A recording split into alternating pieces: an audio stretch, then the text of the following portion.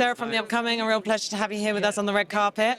I was watching your film just this afternoon. Great, thanks. What a delight. For people who haven't seen it yet, though, what can they expect? It's a romantic comedy with, I guess, a bit of an unexpected premise, which is that it's all about sort of grief, loss, isolation, and a bit of depression thrown in as well. So for something like that to expect to be funny and to make people laugh, as well as hopefully, feel moved and cry, I guess it's a bit of an unexpected combination. But they're themes that we've all, experienced, love and loss, and I guess, that's something that I brought to it as a performer. It's something that a writer-director definitely brought to it when writing and directing it.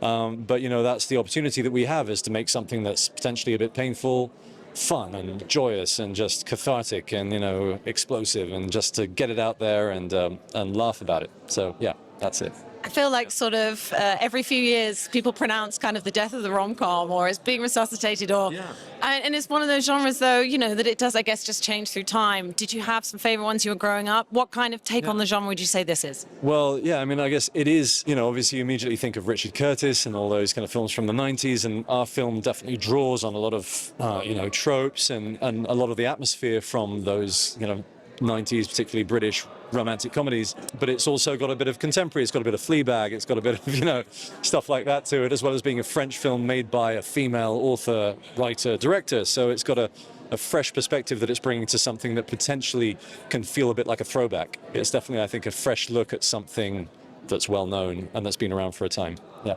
And how did you see your character? How did you approach playing him? I'm guessing you were already bilingual. Did you learn French for the film? But I guess you're sort of playing up some of those British tropes, in a more French environment. Well, that's it. In a way, you have to give in to the fact that it's an English character viewed by a French writer, director, so there's a bit of that, but I don't think it falls into the cliche because he is bilingual, she's bilingual as well. They're both bicultural in a way. They're both between, two cultures.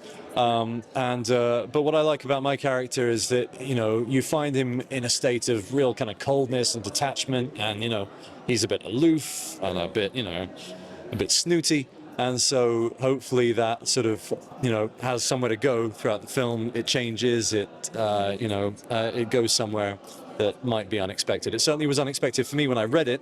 It wasn't, the end of the film, which I'm not going to give away, obviously. It wasn't, for me, I couldn't take that for granted when I was first reading it. It was a bit of a surprise, the way it winds up, so. And you share such an incredible chemistry with your co-star. What was it like working together? It seems like you must have had a lot of fun too. Well, yeah, no, it's great. We're very good friends. I think for something like this, it depends, for you to have a sort of a chemistry on screen, it depends on you trusting each other.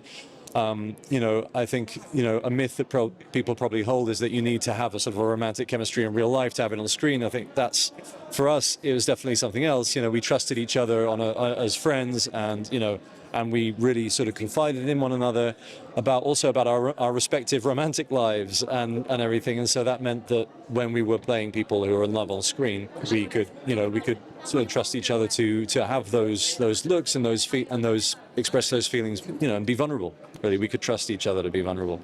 Did you have a favourite moment?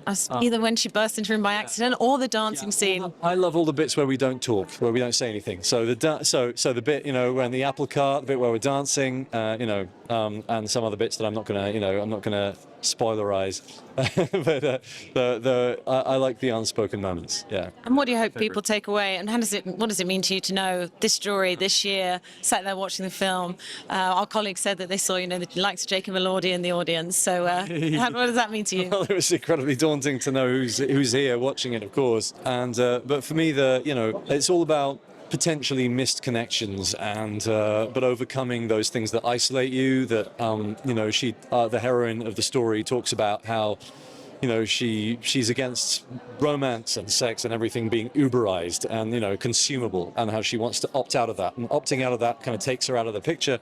And I think this film shows ways in which, just through serendipity and through willingness to open yourself up, you can experience those connections. It doesn't have to be about being online or striving for connections, that are unattainable. There's, it's I guess in that sense it's quite a traditional romance, yeah. Very well put. Thank you so much. Really enjoyed tonight. Congratulations on the film. Thank you.